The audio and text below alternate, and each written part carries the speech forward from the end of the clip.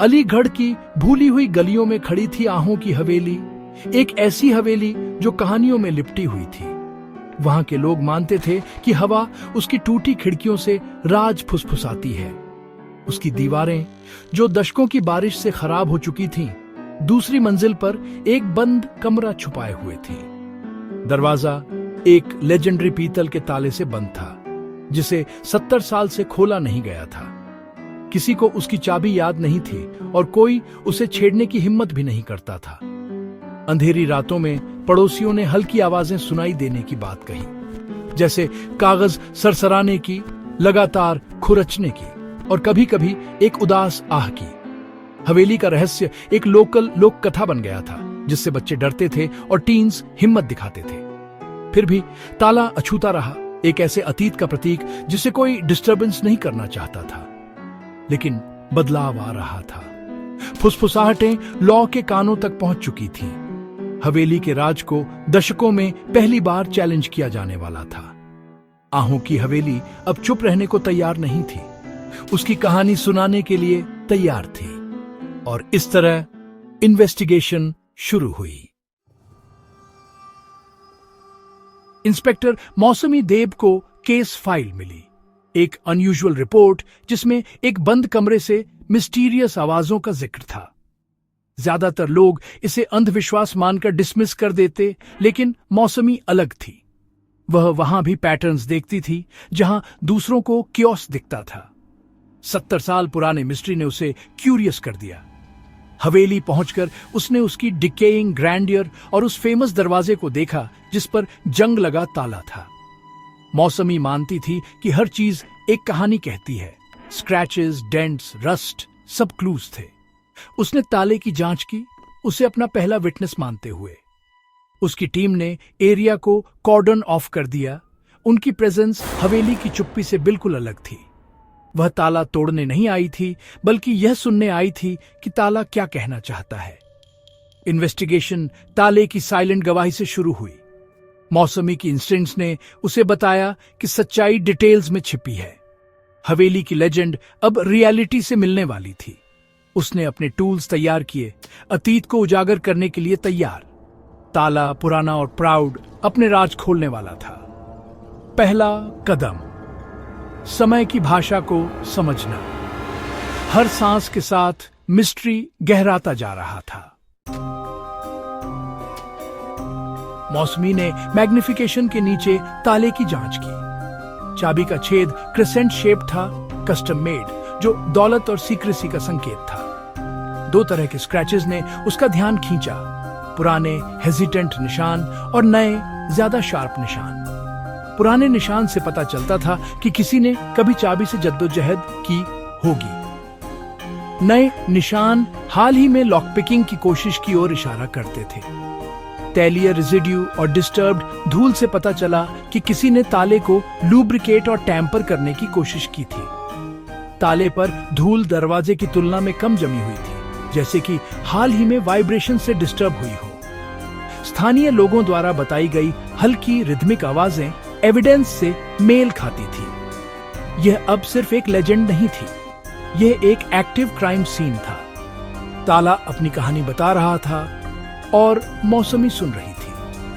कोई अंदर आना चाहता था और हाल ही में क्लूज जुड़ते जा रहे थे। जैसे ही शाम हुई, मौसमी ने उसे सुना। दरवाजे के पीछे से एक हल्की रिदमिक खुरचने की आवाज। उसकी टीम जम गई।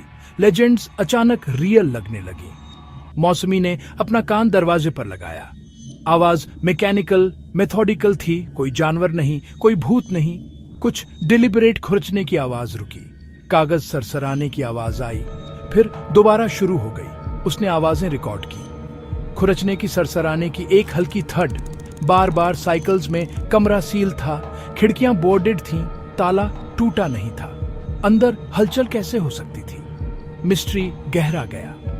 कोई अंदर आने की कोशिश कर रहा था, लेकिन कुछ या कोई पहले से ही अंदर था। 2 मिस्ट्रीज एक दूसरे से जुड़ गए, उनका कनेक्शन अनक्लियर था। हवेली फुसफुसाहटों और परछाइयों का खेल खेल रही थी। आवाजें 1 घंटे तक जारी रहीं, फिर चुप्पी छा गई। मौसमी के पास एविडेंस था, लेकिन कोई एक्सप्लेनेशन नहीं था। बंद दरवाजे के पीछे इम्पॉसिबल हो रहा था। हवेली के राज जिंदा थे। 2 दिनों के बाद मौसमी ने दरवाजा खोलने का फैसला किया। उसने रामलाल को बुलाया, जो जिले का सबसे अच्छा लॉकस्मिथ था, जिसने ताले को एक रेयर चित्रगुप्त के रूप में पहचाना। 7 लीवर्स, हर एक को सटीक अलाइनमेंट की जरूरत थी। इसे तोड़ना एक क्राइम होता, इसे खुलने के लिए कन्विंस करना था। रामलाल ने घंटों काम किया। हर क्लिक के साथ टेंशन बढ़ती गई। आखिरकार एक जोरदार गूंजा, ताले ने हार मान ली। 70 साल पुराना सेंटिनल गिर गया था। मौसमी ने अपना हाथ दरवाजे पर रखा, उसकी ठंडी रेजिस्टेंस महसूस करते हुए। उसने धक्का दिया, कब्जे चरमराए और दरवाजा खुल गया। अंधेरा बाहर फैल गया, ट्रैप्ड टाइम की गंध से भरा हुआ। सच्चाई का पल आ गया था।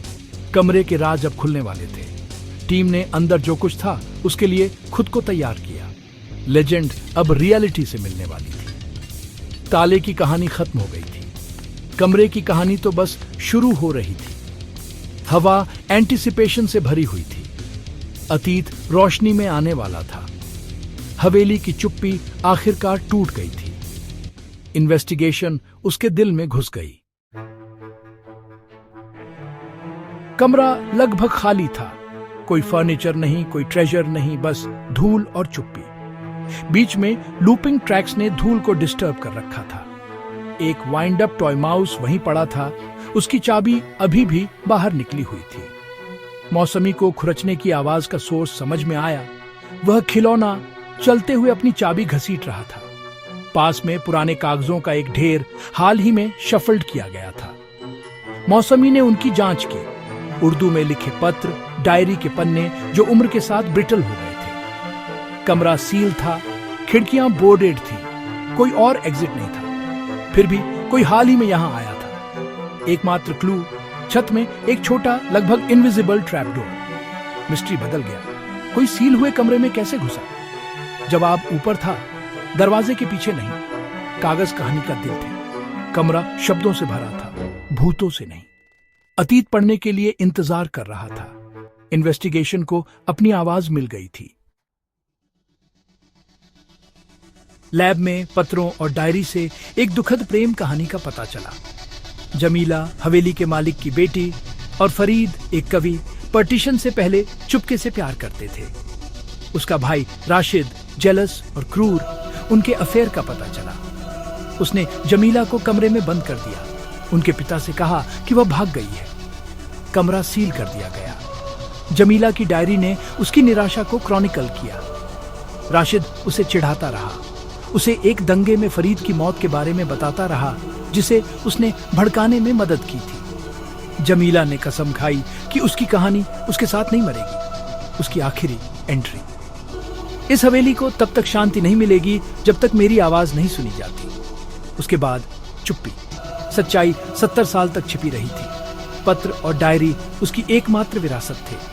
हवेली की फुसफुसाहटें जमीला की आवाज थी। कहानी आखिरकार बताई जा रही थी। डायरी में जमीला की हत्या का जिक्र था। उसके भाई ने उसे बंद कर दिया था। पार्टीशन के केओस में खो गई थी। कोई पुलिस रिपोर्ट नहीं, कोई सर्च नहीं। राशिद को सब कुछ विरासत में मिला, लेकिन अब कमरे में कौन घुसा था? अटारी में एक रस्सी की सीढ़ी और मॉडर्न टूल्स मिले। फिंगरप्रिंट्स राशिद के परपोते कबीर तक पहुंचे, एक छोटा मोटा चोर। कबीर ने छिपे हुए ट्रेजर की फैमिली रूमर्स सुनी थी। वह भूली हुई ट्रैपडोर से अंदर घुसा, रिचेस की उम्मीद में। इसके बजाय उसे सिर्फ धूल और कागज मिले। उसने टॉय माउस का इस्तेमाल डिस्ट्रैक्शंस पैदा करने के लिए किया। उम्मीद थी कि पुलिस दरवाजा तोड़ देगी। उसने अंदर से ताला खोलने की कोशिश की, लेकिन नाकाम रहा। कबीर अंदर ही था जब मौसमी की टीम पहुंची। ट्रेजर की लेजेंड एक झूठ थी, असली राज जमीला की कहानी थी।